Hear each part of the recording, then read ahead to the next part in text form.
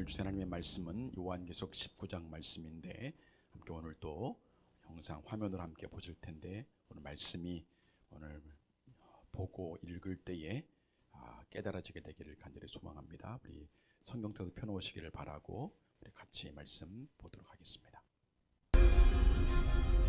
제 19장.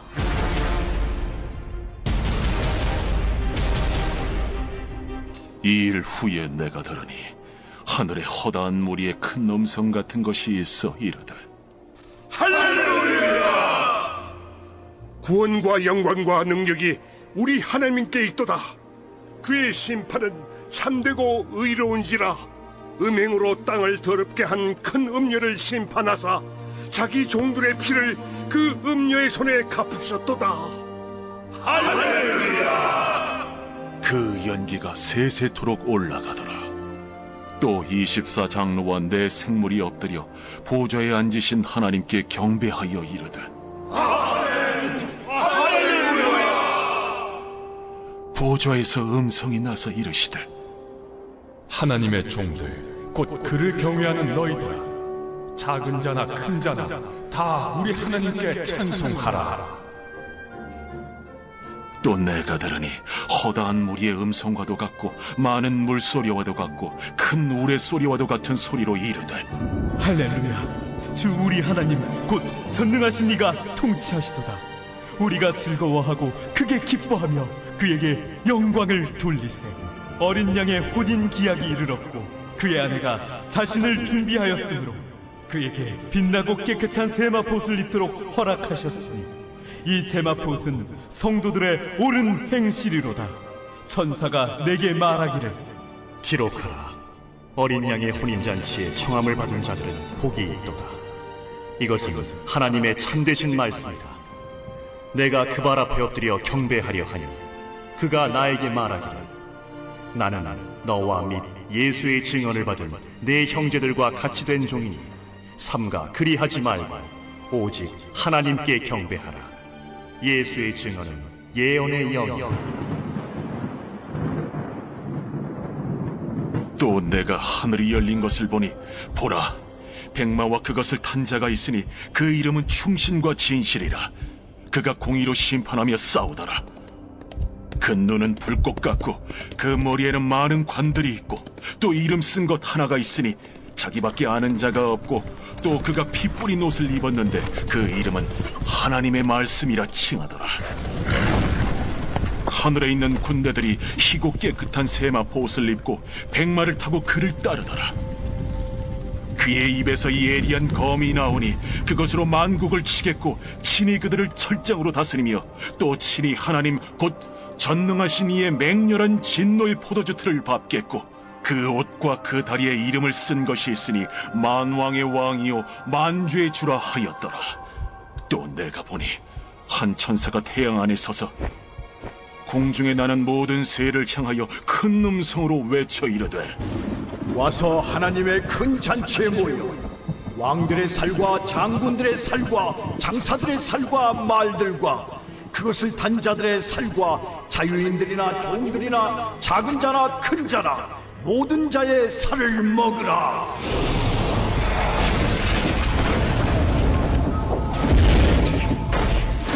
또 내가 보매 그 짐승과 땅의 임금들과 그들의 군대들이 모여 그 말 탄 자와 그의 군대와 더불어 전쟁을 일으키다가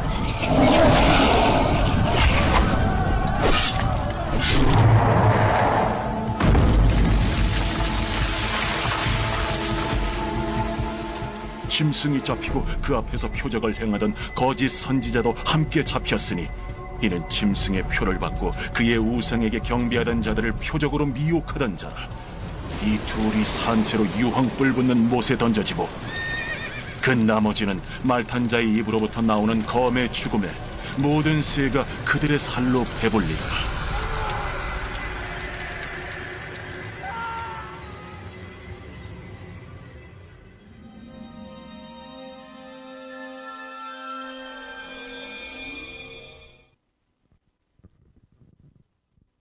아멘. 오늘 말씀 19장을 통해서 어린 양의 혼인잔치와 그의 신부들이라는 제목으로 함께 말씀을 나누도록 하겠습니다.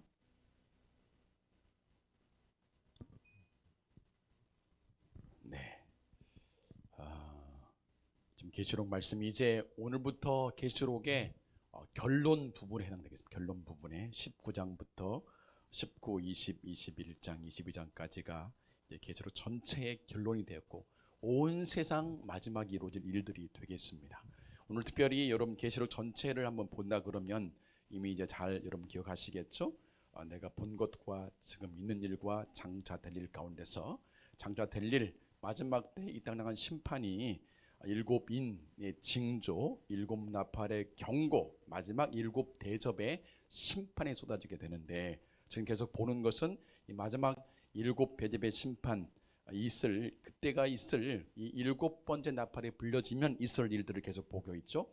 일곱 번째 나팔에 불려지게 되면은 14장에 두 추수가 진행이 되는데 두 추수가 바로 15장에서의 첫 번째 추수는 알곡 추수로 우리 믿는 사람들이 부활과 휴거 당하게 되고 또한 진노의 포도주의 추수로는 일곱 대접이 이 땅 바빌론 제국에 쏟아 부어져서 하나님의 심판이 행해지게 되고 그래서 17, 18장까지 이어지게 되죠. 그리고 19장에서 드디어 이제 어린 양의 혼인 잔치와 주의 재림이 이루어지게 됩니다. 오늘 그 부분인데 여러분 일곱 번째 나팔이 불려지게 되면은 어떤 일이 있을까요? 한 번 더 제가 지금 말씀했지만 한 번 더 볼 텐데 일곱 번째 나팔이 불려지면 첫 번째로 부활과 휴거가 있게 됩니다. 이미 다 살폈던 말씀이죠. 데살로니가 전서 4장 16절 17절 말씀 화면에 나오죠. 우리 같이 한번 읽도록 하겠습니다. 주께서 호령과 천사장의 소리와 하나님의 나팔 소리로 친히 하늘로부터 강림하시리니 그리스도 안에서 죽은 자들이 먼저 일어나고 그 후에 우리 살아남아 있는 자들도 그들과 함께 구름 속으로 끌어올려 공중에서 주를 영접하게 하시리니 그리하여 우리가 항상 주와 함께 있으리라. 아멘. 우리가 오늘 찬양했죠. 나팔 불 때 나의 이름 부를 때 나팔이 불러지게 되면은 이제 주님이 강림하십니다. 주님이 강림하시면서 먼저 무슨 일이 벌어지느냐? 그리스도 안에서 죽은 자들, 예수를 잘 믿고 믿음을 지키다 죽은 자들이 먼저 일어난다. 이걸 가리켜서 우리가 보통 부활이라고 그러죠. 먼저 부활하게 되고 그 후에 예수님 오실 그때까지 믿음을 지키고 살아남았던 자들은 산채로 새로운 몸으로 변화돼서 그 몸이 뭡니까? 구름 속으로 끌어올려 공중으로 올라가게 된다. 그래서 공중에서 주님을 영접하게 된다라고 성경이 말하고 있죠. 이걸 가리켜서 흔히 우리가 보통 휴거라고 부르죠. 일곱 번째 나팔이 불려지면 첫 번째 있을 일이 바로 첫째 부활과 휴거가 이루어집니다. 여러분 어떤 사람이 이렇게 그림을 그렸어요.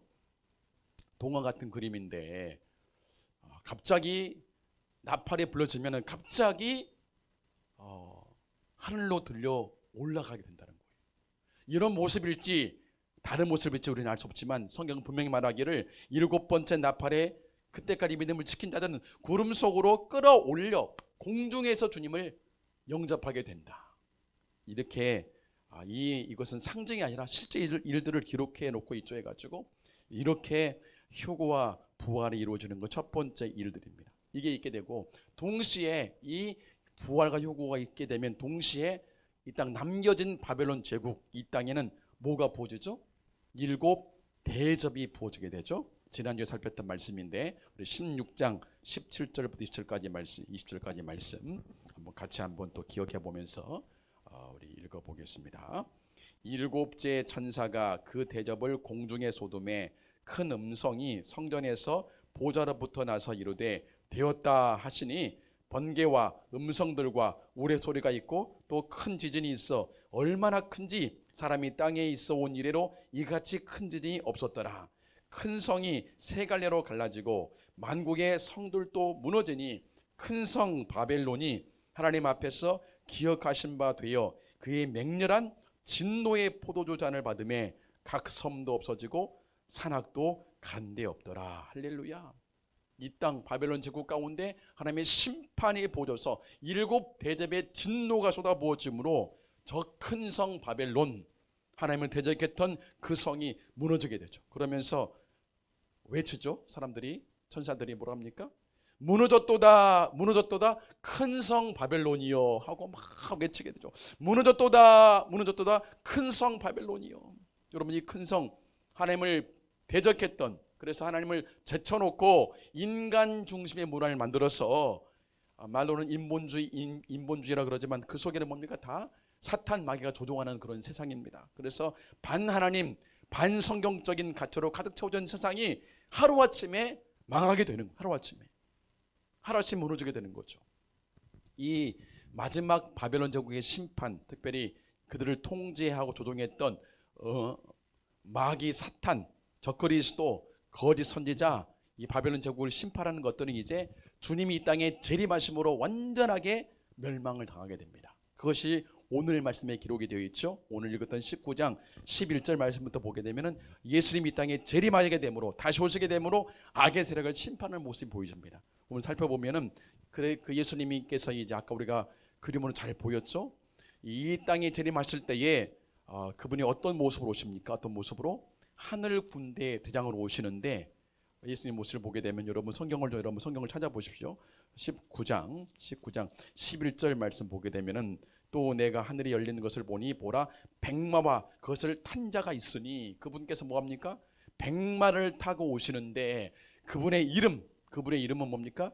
충신과 진실이다. 충신은 바로 믿음이라는 걸 맞아요. 믿음. 그분은 믿음이라는 말로 혹은 진실이라는 말로 불러지는 게, 백마를 타고 오시는 그 주님께서는 바로 충신과 믿음과 진실이라는 이름을 가지신 분.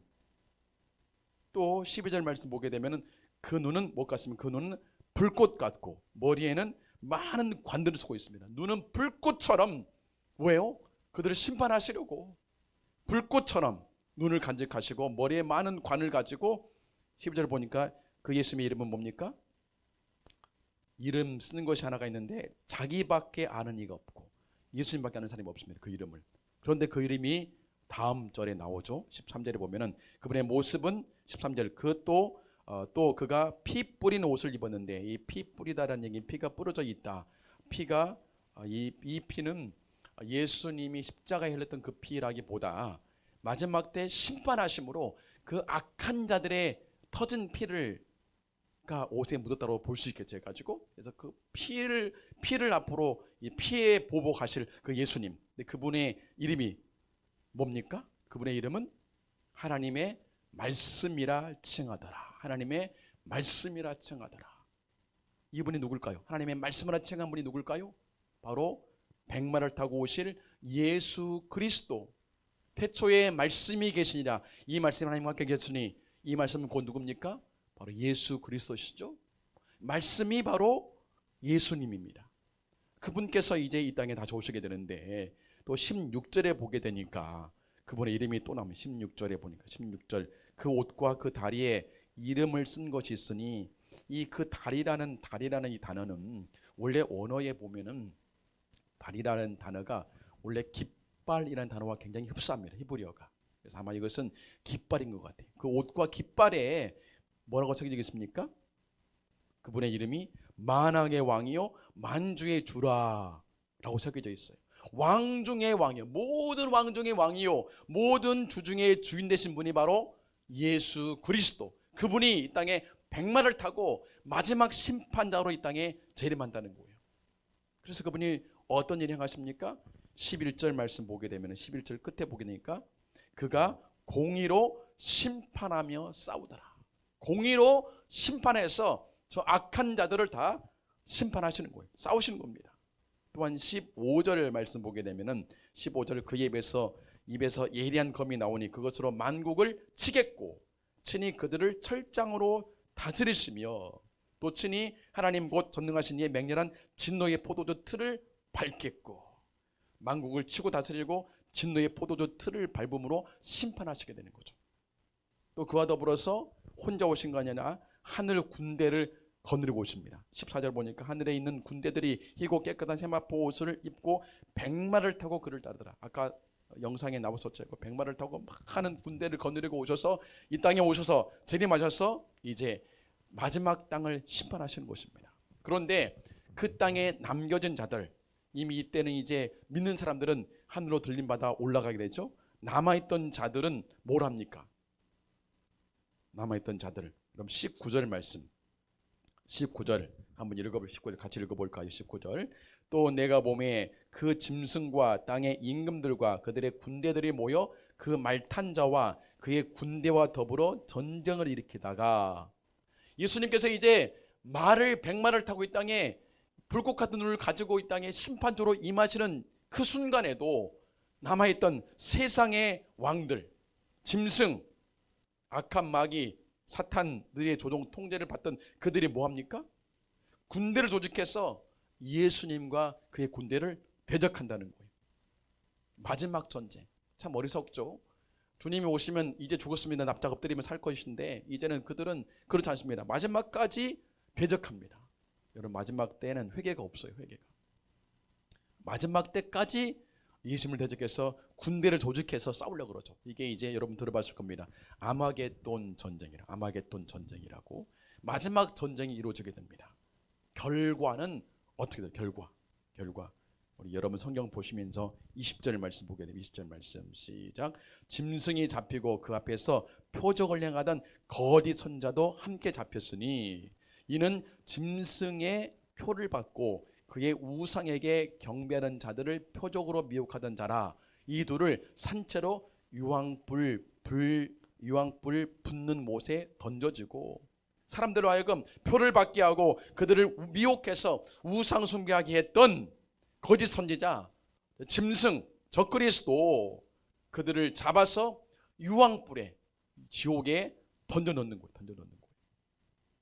예수님이 이렇게 그들을 잡아서, 거짓 선지자와 적그리스도를 잡아서 지옥에 던져넣게 되는 거죠. 가지고 동시에 21절 말씀 보면은 그 나머지는 말탄 자의 입으로부터 나오는 검의 죽음에 모든 새가 그들의 살로 배불리도다. 마지막까지 예수 믿지 않고 대적했던 그들을, 그래서 그 짐승을 따르고 저거짓을 따르던 그들은 이제 다 죽임을 당하고 그들이 새한테 살을 쪼아먹히는 그런 비참한 종말을 맞이하게 된다는 거죠. 이것이 주님 이 땅에 재림하심으로 올지를 마지막 심판을 말합니다. 이 말씀이 반드시 이루어질 줄로 믿습니다. 그들이 아무리 강하게 보여도, 강력하게 보여도 정말 이 땅에서 진리가 더욱더 왜소해 보이고 진리가 드는 것처럼 보이지만 마지막 때 되면은 주님이 오셔서 이 진리를 회복하시고 거짓 그들을 대적했던 그들을 다 진멸하시는 것입니다. 이런 심판이 있게 될 것입니다. 그런데 오늘 이 19장 핵심의 말씀은 이런 마지막 재림으로 인하는 심판보다 더 중요한 말씀이 사실은 1절부터 3절에 있습니다. 이 주님이 이 땅에 재림하시기 전에 어떤 일이 벌어지는가? 휴거되고 바빌론 이 나라에 이 하나님의 대접이 쏟아지게 될 때에 천상에서는 어떤 일이 벌어지는가? 그게 바로 19장 1절로 우리 10절까지 말씀 남아 있습니다. 제가 제목을 달기를 할렐루야 연주회와 어린 양의 혼잔치라고 달아봤는데 우리 한번 볼까요? 이제 땅에서는 통곡하죠. 무너졌도다 큰 성 바벨론이여 하면서 많은 사람이 울고 통곡하고 이 진노 앞에, 심판 앞에 그들이 죽임을 당하면서 울고 불고 하게 되는데, 하늘에서는 할렐루야 이런 찬송이 울려 퍼지는 거예요. 여러분, 할렐루야라는 이 단어는 하나님을 찬양하라 그런 말이에요. 하나님을 찬양하라. 구약 성경 시편에 많이 나오죠. 신약에는 딱 4번 나옵니다. 몇 번 나온다고? 신약에 딱 4번 나와요. 할렐루야가. 그것도 요한계시록에, 그것도 이 19장에만 딱 4번 나와요. 그러니까 19장이야말로 하나님을 찬양할 충분한 이유가 있는 그런 장입니다. 오늘 이 19장 말씀 함께 볼 텐데 1절부터 3절까지 말씀 먼저 한번 읽어볼까요? 19장 화면에 나옵니다. 19장 우리 봤던 본문 같이 읽겠습니다. 2일 후에 내가 들으니 하늘에 허다한 무리의 큰 음성과 같은 것이 있어 이르되 할렐루야, 구원과 영광과 능력이 우리 하나님께 있도다. 그의 심판은 참되고 의로운지라. 음행으로 땅을 더럽게 한 큰 음녀를 심판하사 자기 종들의 피를 그 음녀의 손에 갚으셨다 하고 첫 번째 할렐루야 하고 외치니까 이 3가지 이유가 나오죠. 왜 외치는가? 구원과 영광과 능력이 누구에게 있습니까? 우리 하나님께 있습니다. 그렇습니다. 우리를 구원하시고 영광을 받으시고 그 능력이 바로 하나님께만 있기 때문에 그분은 손 높여 우리가 찬양하는 거예요. 하나님 그렇습니다. 하나님 당신에게만 구원이 있습니다. 당신에게만 영광이 있습니다. 당신에게만 이 땅을 다스릴 능력이 있습니다 하고 할렐루야 외치는 거예요. 두 번째 이유, 그의 심판은 참되고 의롭다. 의롭다라는 이 원어, 아람어 원어의 뜻은 실제한다라는 그런 말입니다. 하나님의 심판은 실제한다는 거예요. 거짓 아닙니다. 진짜 있을 일이라는 것입니다. 더불어서 음행으로 땅을 더럽게 한 큰 음녀를 심판해서 자기 종들의 피를 그 음녀의 손에 갚으셨기 때문에 찬양하라 라고 말하고 있죠. 찬양하라. 그렇습니다. 여러분들, 하나님께서 우리 가운데 행하실 일들 가운데 우리가 찬양하는 이유는 바로 하나님의 성도들의 피를 그분이 보응해 주시는 거예요. 큰 음녀 바벨론을 심판하심으로 하나님의 거룩함을 드러내고 성도들의 억울함들을 풀어주는 거예요. 그래서 찬양하는 게 되죠. 두 번째 찬양 할렐루야. 두 번째, 여러분 마지막 우리 19장 3절 말씀, 3절 두 번째 시 같이 읽어볼까요? 시작. 두 번째로 할렐루야 하니 그 연기가 쇠퇴토록 올라가더라. 할렐루야, 이 자체가 예배입니다.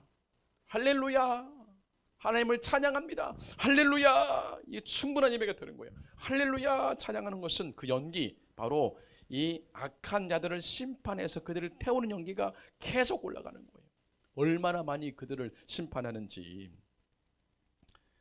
두 번째 찬양이었죠. 세 번째 찬양은 우리 4절부터 나오는데 4절부터 우리 6절까지의 말씀 화면을 보시면서 같이 읽겠습니다. 19장 4절 6절까지의 말씀입니다.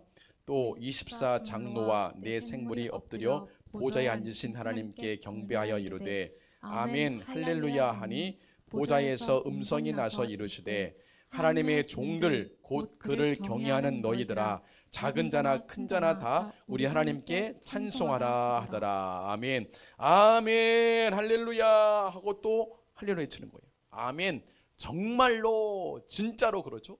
정말로 주님을 찬양합니다. 아멘 할렐루야 하는 거예요. 여러분 그렇습니다. 한번 외쳐볼까요? 아멘 할렐루야 아멘 할렐루야 아멘. 이게 충분하게 예배가 되는 거예요. 정말 그렇습니다. 저는 진짜 주님을 찬양합니다 라고 하는 거예요. 그랬더니 보좌에서 음성이 나죠.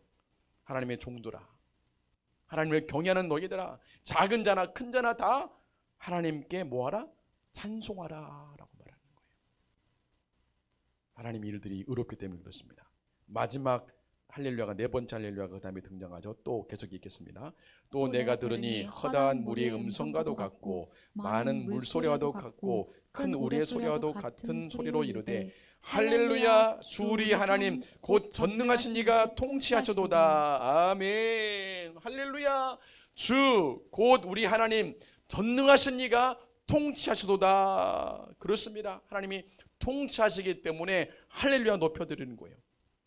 하나님의 통치로 인해서 저 악한 자들, 마귀, 사탄, 적그리스도, 거짓 선지자, 그를 따르는 많은 사람들을, 하나님을 미워하는 많은 사람들, 하나님을 향해서 함부로 말하는 그들, 믿지 않는 그들 모두는 다 마지막 때 하나님의 심판을 받게 되는 것입니다. 그런데 하나님의 통치의 하이라이트는 그 심판에 있지 아니합니다. 하나님의 통치 하이라이트는 어디 있느냐? 바로 어린 양의 혼인잔치에 있어요. 혼인잔치. 여러분 7절부터 말씀, 7절 8절 말씀 같이 읽겠습니다. 시작.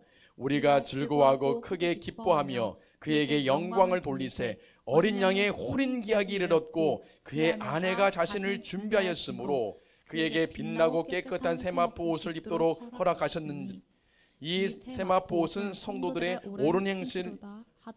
아멘. 그렇습니다. 하나님의 통치 하이라이트는 바로 예수 그리스도세요. 그분께서 땅에 오셔서 우리 죄를 담당하시고 십자가에 죽으시고 다시 부활하심으로 우리 죄값을 다 치러주시고 우리의 주인 되어주셨는데 마지막 때 우리를 당신의 신부로 취하는 거예요. 이게 하나님의 통치의 핵심입니다.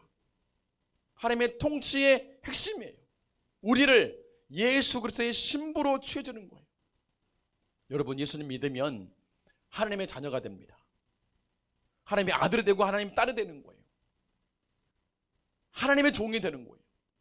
더 나아가서 하나님의 군사로 살게 되죠. 예수의 제자도로 살게 됩니다. 그러나 거기서 끝이 아닙니다. 마지막 순간에, 마지막 때는 우리가 예수님의 신부로 그 자리에 서게 되는 거예요. 예수님의 신부로 거기에 올라가게 되는 것입니다. 이게 놀라운 하나님의 통치의 비밀이에요. 나 같은 자를, 온 우주 만물을 창조하시고 모든 것의 주인이신 그분, 만왕의 왕, 만주의 주 되신 그분의 신부로 거기에 선다는 거예요. 이게 킹덤의 핵심입니다. 하나님 나라의 핵심이에요. 여러분, 우리가 천국 가는 게 목적이 아닙니다. 간신히 가는 게 목적이 아니에요. 천국 가되 우리가 하나님의 신부로 그 자리에 서는 거예요. 예수님의 신부로 그 자리에 서는 거예요. 제가 아주 오래전에 목회 막 시작하면서 어느 교회에 부흥회를 갔습니다. 어린이 부흥회. 가서 그런 얘기했던 기억이 납니다. 아이들에게 말씀하면서 천국에 가면은 개털 모자를 쓴 애들이 있단다. 개털 모자. 그들이 이 땅에 살면서 열심히 교회 생활하지 못하고 예수님 믿었는데 때로는 주일도 빼먹기도 하고 헌금을 도둑질하기도 하고 또 말씀대로 살지 않았던 친구들은 천국 가면은 한쪽에서 개털 모자를 쓰고 있단다. 자, 그렇게 설교했던 기억이 납니다. 나더라고, 이 말씀 준비하는데. 아니에요. 우리는 천국에 서게 되는데 개털 모자가 아니라 면사포를 쓰게 되고 예수 그리스도의 신부로 그 자리에 서게 되는 것이에요. 간신히 들어가는 게 아니라 주의 신부로 그 자리에 서게 되는 거예요. 우리의 정체성은 뭐냐? 바로 예수 그리스도의 신부가 나의 정체성의 핵심입니다. 한번 해볼까요? 나는 예수님의 신부이다. 나는 예수님의 신부이다. 아멘. 그렇습니다. 성경에서 교회와 주님과의 관계, 성도와 예수님과의 관계를 가리켜서 신랑과 신부로가 말하고 있죠. 에베소서 5장 말씀 함께 5장 25절 말씀부터 볼까요? 27절까지 말씀 같이 한번 읽어보겠습니다. 남편들아 아내 사랑하기를 그리스도께서 교회를 사랑하시고 그 교회를 위하여 자신을 주심같이 하라. 이는 곧 물로 씻어 말씀으로 깨끗하게 하사 거룩하게 하시고 자기 앞에 영광스러운 교회를 세우사 티나 주름 잡힌 것이나 이런 것들이 없이 거룩하고 흠이 없게 하려 하심이라. 아멘. 남편 아내에게 권면하면서 말씀하기를 그리스도께서 교회를 사랑하시고 그 교회를 위하여 자신을 주님같이 하라. 바로 교회와 주님과의 관계는 남편과 아내의 관계가 같다는 거예요. 예수님이 우리의 남편, 신랑 되시고 교회는, 성도는, 우리는 그분의 신부가 된다는 것입니다. 여러분, 주님 다시 오실 때 우리는 그분의 신부로, 그분은 우리의 신랑으로 그 자리에 서게 되는 거예요. 제가 오늘 그림을 그려서 그렇게 예수님이 손을 잡고 있는데 아래에 있는 뭡니까? 아래에 있는 사람은 신부죠, 신부. 이 말씀은 유대인들의 결혼 풍습을 이해하면 좀 더 분명히 이해할 수가 있습니다. 여러분, 유대인들은 결혼하게 되면은 먼저 결혼하기 전에 정원, 약혼식을 합니다. 옛날에 다 약혼식 했잖아요. 요즘은 약혼식 잘 안 하는데 이스라엘 유대인들은 반드시 약혼, 정혼식을 합니다. 그래서 내가 어떤 신부랑 결혼하고 싶으면 먼저 신랑이 그 신부 집에 찾아가서 신부 집에 가서 결혼에 대한 요청을 하면서 일종의 혼인 예식, 이제 계약식, 결혼 계약이라 그러죠. 정혼식을 합니다. 갈 때 그냥 가지 아니하고 지참금을 가지고 가서 지참금을 신부의 아버지에게 주고 계약을 하는 거죠. 그러면서 이제 신부에게 그날 밤에 포도주를 따라주면서 내가 당신을 나의 신부로 맞이하고 싶습니다. 제가 당신을 위해서 죽도록 내 생명을 드리겠습니다. 라고 하면 신부가 오케이 하면 그 계약이 성사가 되는 거예요. 그래서 이제 이 혼인 계약, 정혼을 통해서 이제 그 신부는 친정 아버지의 소유에서 신랑의 소유로 이제 일종의 소유권이 바뀌어지게 되는 것입니다. 그의 자격이 바뀌어지게 되는 것이죠. 근데 바로 결혼하지 아니하고 이 약혼, 정혼한 다음에 한 1년, 2년의 기간을 갖습니다. 그래서 신랑이 이제 떠납니다. 그 신부 집을 떠나서 신랑 본가로 돌아가게 되고, 가서 이제 그는 가면서 뭐합니까? 가서 살 집을 준비합니다. 가기 전에 신부에게 선물을 주고 갑니다. 그 신부는 이제 그 기간을 기다리는 거예요. 그 선물을 보면서 신랑을 다시 볼 날을 다시 기다리면서 있는 것입니다. 이게 이제 보통 기간이 최소 1년, 2년이 됩니다. 그 여자가 정말 순결한가를 증명하는 기간이기도 하고 이런 정혼의 기간을 갖죠. 여러분 성경에 보면 요셉과 마리아가 정혼했어요. 정혼. 결혼한 게 아닙니다. 정혼했는데 정혼하는 과정 속에서 마리아가 덜컥 임신을 하게 되잖아요. 그 얘기는 무슨 말이에요? 마리아가 부정한 여인이라는 거예요. 근데 성경이 말하죠. 지금 요셉아 내 안에 정혼한 그 마리아의 배에 들어있는 그 아이는 성령으로 잉태된 것이다 라고 말씀해 주면서 그래서 나중에 결혼하게 됐죠 해가지고 어쨌든 이렇게 이제 신랑이 떠나게 되고 신부는 기다리게 됩니다. 1년 동안 여러분 주님께서 말씀하죠. 너희 근심하지 말라. 내가 너희를 위해서 처소를 예배하러 간다. 처소를 예배하면 내가 다시 와서 너희를 나 있는 곳에 너희도 있게 하겠다라고 말씀해 주게 되죠. 주님이 처소를 위해서 예배하러 가십니다. 그게 지금 주님이 가 있는 시간이죠. 처음 와서 우리와 정혼하셨고 십자가를 통해서 그 다음에 그분은 다시 돌아가셔서 우리가 살 집을 마련하고 계시고 때가 되면 다시 오실 것입니다. 때가 되면 그 신랑이 다시 신부 집에 데리러 옵니다. 데리러 와서 그 신부를 데려가는 거예요.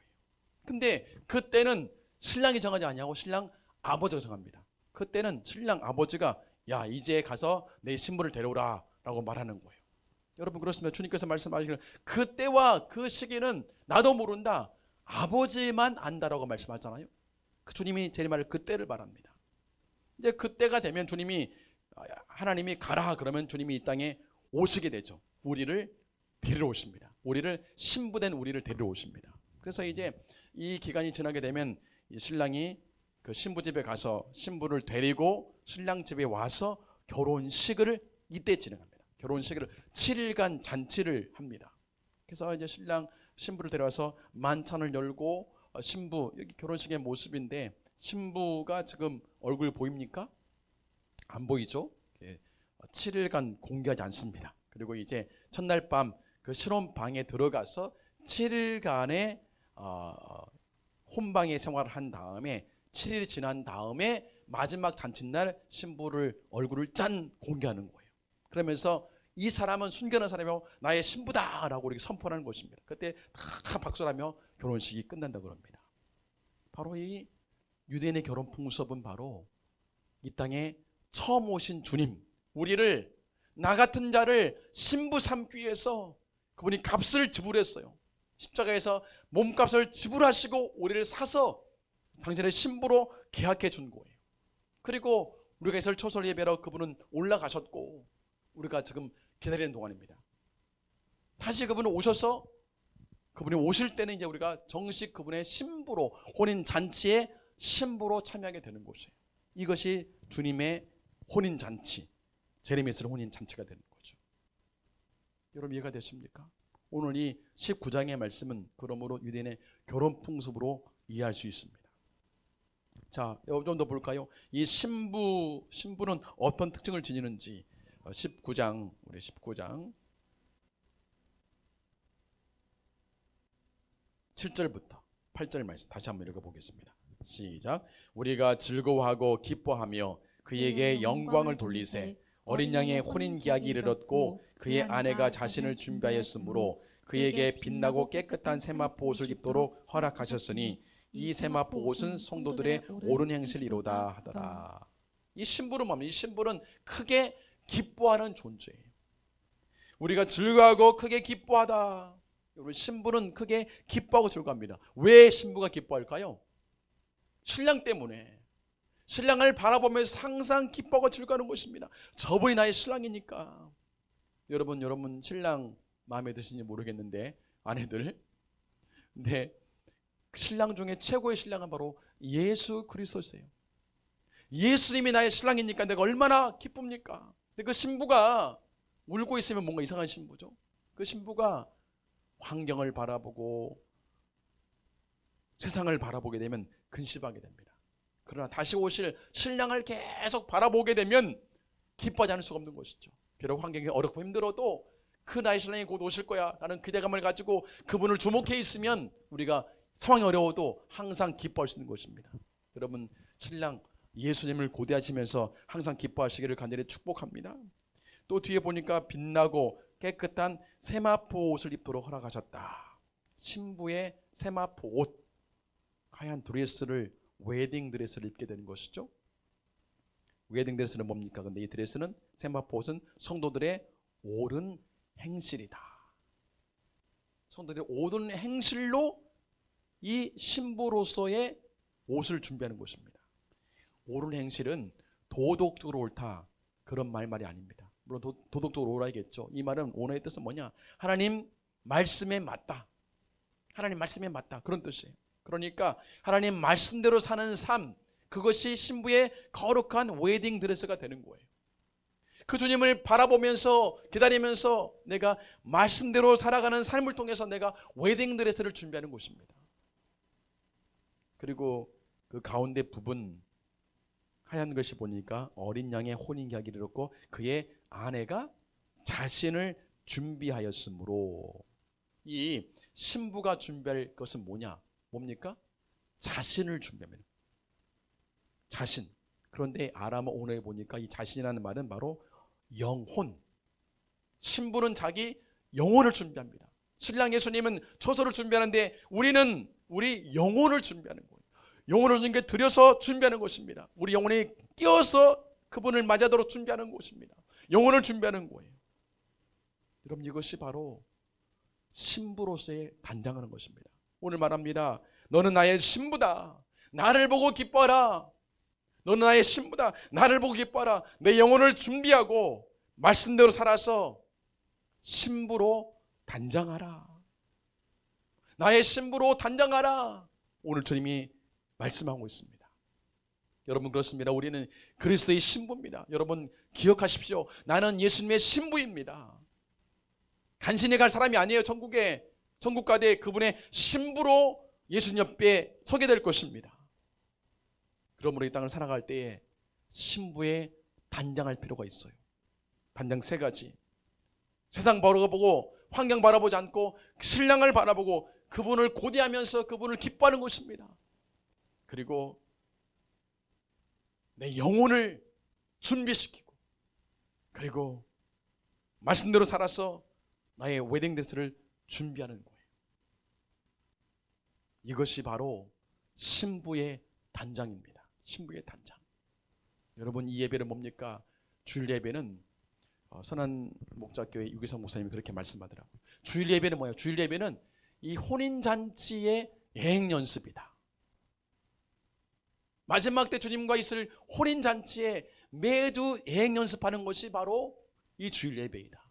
여러분, 신랑과 신부가 함께 결혼식하는 그 자리에 신부가 온라인으로 하면 되겠습니까?